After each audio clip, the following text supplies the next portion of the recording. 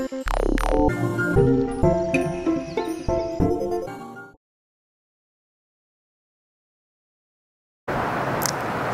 adik-adik semuanya, apa kabar hari ini? Saya hidup, saya sehat, puji Tuhan. Ya adik-adik yang ada di rumah, pada pagi hari ini kita akan mulai dengan ibadah kita. Dan sebelum kita mulai dengan ibadah kita, Kak Evi bersama kakak-kakak yang lain akan mengangkat satu pujian, biar aku kecil tapi imanku besar.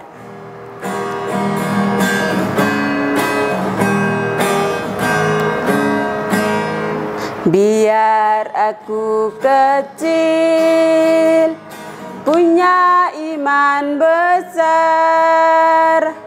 Biar aku kecil, aku tetap setia.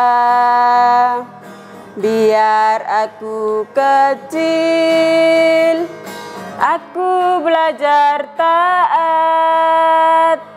Biar aku kecil, mengasihi sesama. Ada Yesus di hatiku, Yesus adalah guruku, Yesus yang melatihku, aku jadi kuat. Biar aku kecil, punya iman besar. Biar aku kecil, aku tetap setia. Biar aku kecil, aku belajar taat. Biar aku kecil, mengasihi sesama. Ada Yesus di hatiku, Yesus adalah guruku, Yesus yang melatihku, aku jadi kuat. Ada Yesus di hatiku, Yesus adalah guruku, Yesus yang melatihku, aku jadi kuat. Yesus yang melatihku, aku jadi kuat.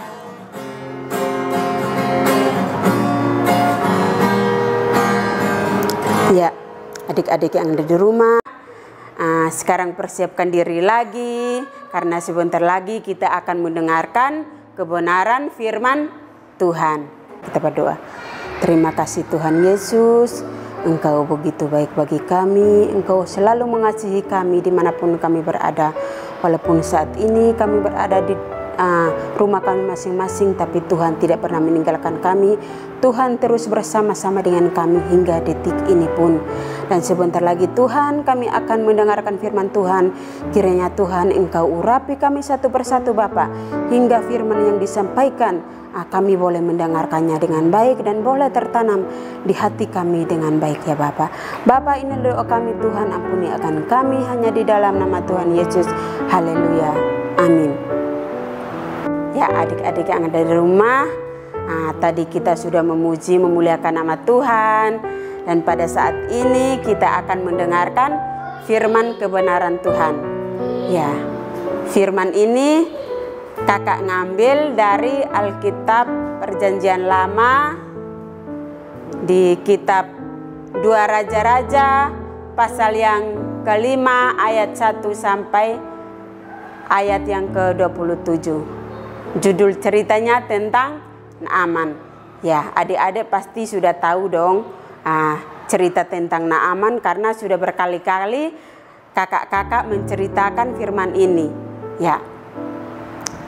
Dan adik-adik yang ada di rumah, firman ini menceritakan bahwa ada seorang panglima besar, ia berperang melawan bangsa Israel. Dan pada saat itu bangsa Aram mereka menang, dan ketika mereka pulang mereka membawa seorang tawanan, seorang anak perempuan yang masih umuran sekitar 12 tahun. Dan ketika mereka bawa pulang tawanan ini ke negeri mereka, di sana ketika mereka sampai dan pada suatu saat seorang panglima ini kena penyakit kusta, dan di situ dia sudah mulai berobat kemana-mana, tapi penyakit ini tidak sembuh. Dan suatu ketika seorang gadis tawanan ini dia mendekati nyonyanya lalu berbicara, "Nyonya, kalau bisa tuanku pergi ke Israel untuk menyembuhkan penyakitnya."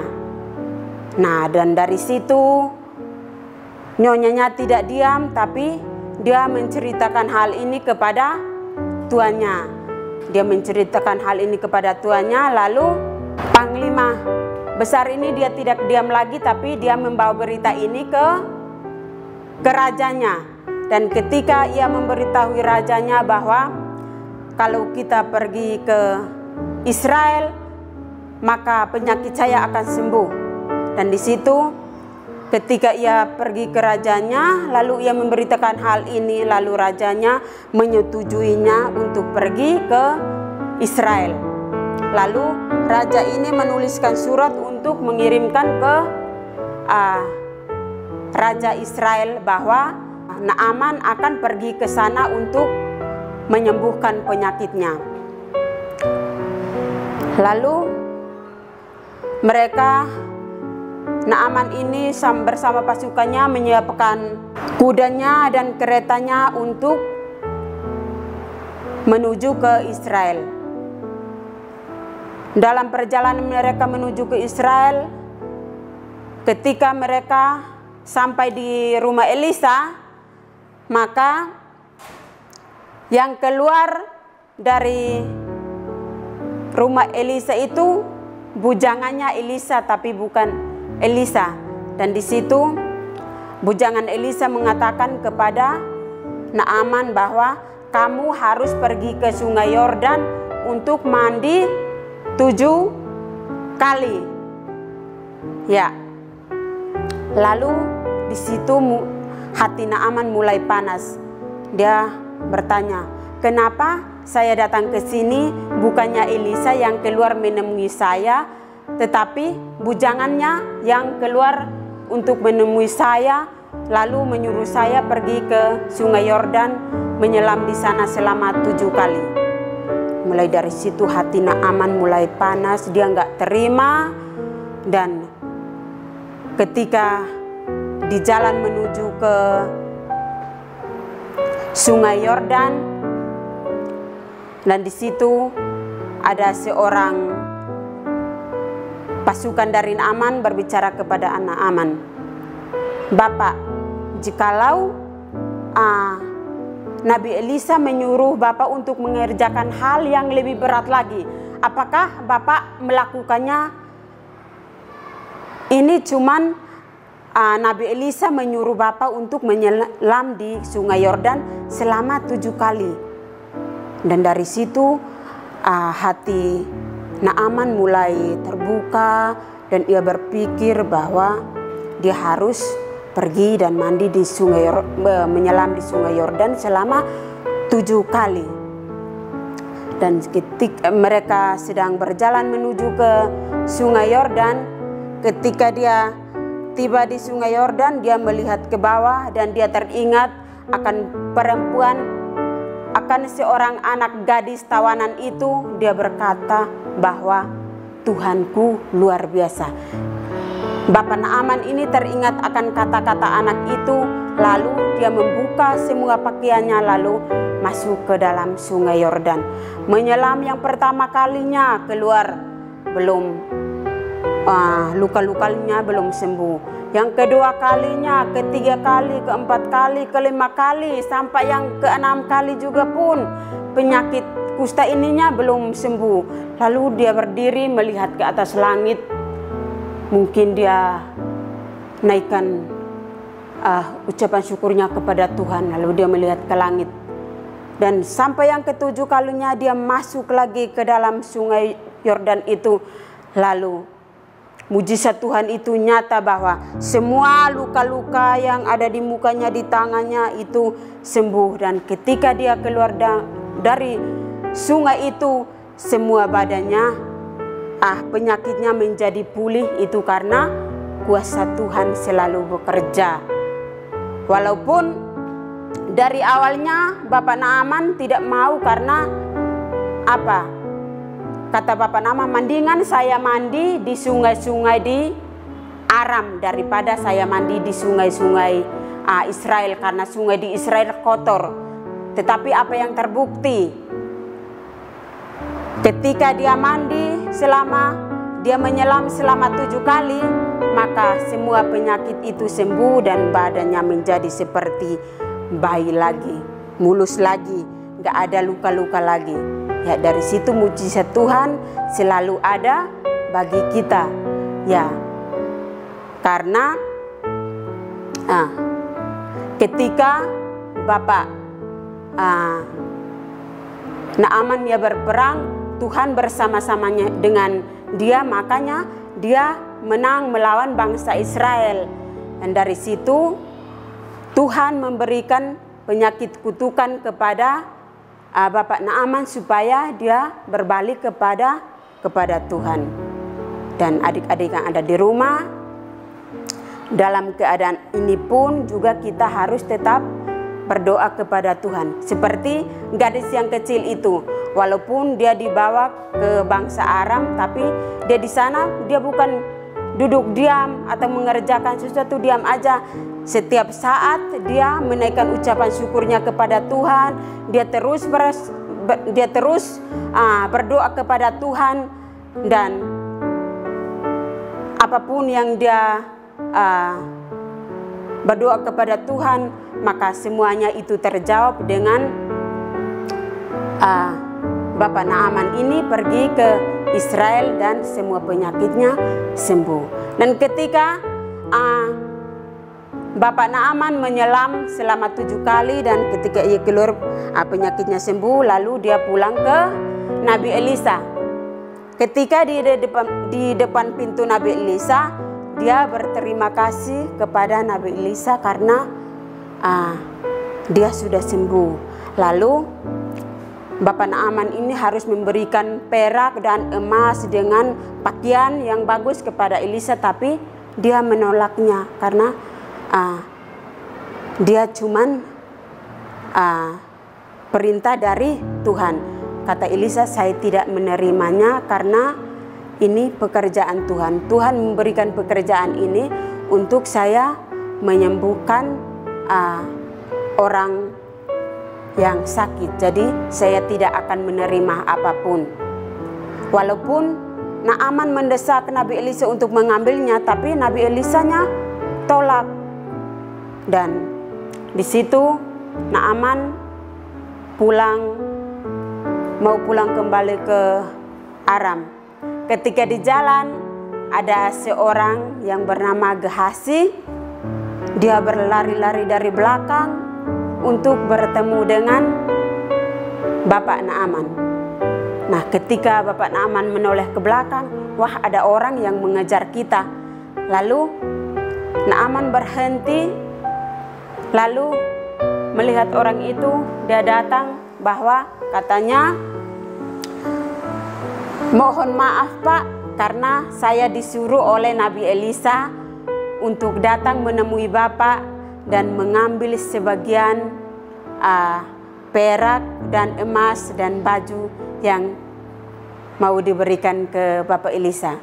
Dari situ Bapak Naaman bilang, ayo ambil saja. Ya. Dan mereka mengambil perak, emas, dan beberapa helai baju. Lalu mereka pulang. Ketika pulang, baru sampai di depan pintu rumah Elisa. Lalu Elisa bertanya, dari mana kamu Gehasi? Lalu Gehasi jawab, saya tidak kemana-mana, saya di sini aja. Tapi Elisa berkata, di dalam hati batin saya melihat kamu pergi menemui seorang. Dan di situ Naaman tahu Elisa tahu bahwa Gehazi dia pergi menemui Naaman untuk meminta perak dan emas serta beberapa sehelai baju yang diberikan oleh Naaman kepada Elisa. Dan di situ Nabi Elisa berkata kepada Gehazi, mulai saat ini penyakit itu akan menempel kepada kamu sampai anak cucu kamu pun akan mendapatkan penyakit itu. Ya. Dan dari situ Gehazi mulai mendapatkan penyakit kusta itu sampai anak cucunya pun mendapatkan. Ya, adik-adik yang ada di rumah, ya, walaupun keadaan kita sekarang begini, kita harus mengikuti ibadah secara online, kita harus tetap di rumah, itu bukan menjadi masalah buat kita.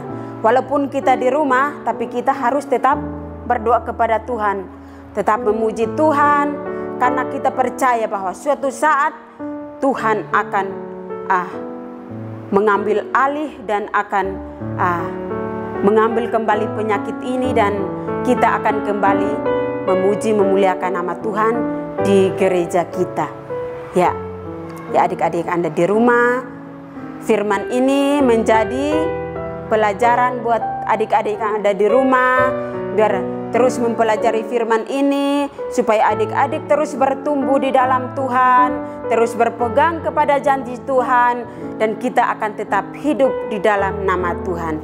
Terima kasih, Tuhan Yesus memberkati. Mari kita berdoa. Tuhan Engkau berkati, Engkau berkati anak-anak kami Tuhan. Engkau menjadi anak-anak yang takut akan Tuhan. Tuhan lebih pakai mereka lebih luar biasa lagi untuk menjadi anak yang takut akan Tuhan. Tuhan, kami berdoa juga Tuhan untuk kedua orang tuanya, untuk menjadi contoh untuk anak-anaknya. Tuhan berkati, Tuhan lebih pakai lagi Tuhan. Tuhan, Kau berkati Bapak Gembala Tuhan yang pemimpin di gereja kami Tuhan. Tuhan berikan kesehatan, Tuhan yang berikan umur panjang. Tuhan berkati, Tuhan berkati pekerjaannya, Tuhan berkati dimanapun dia berada. Bapak, Engkau berkati bangsa dan negara kami tinggal di Tuhan berkati bangsa kami, agar bangsa kami terhindar dari mara bahaya dan virus apapun. Tuhan berkati hanya di dalam nama-Mu, haleluya, amin.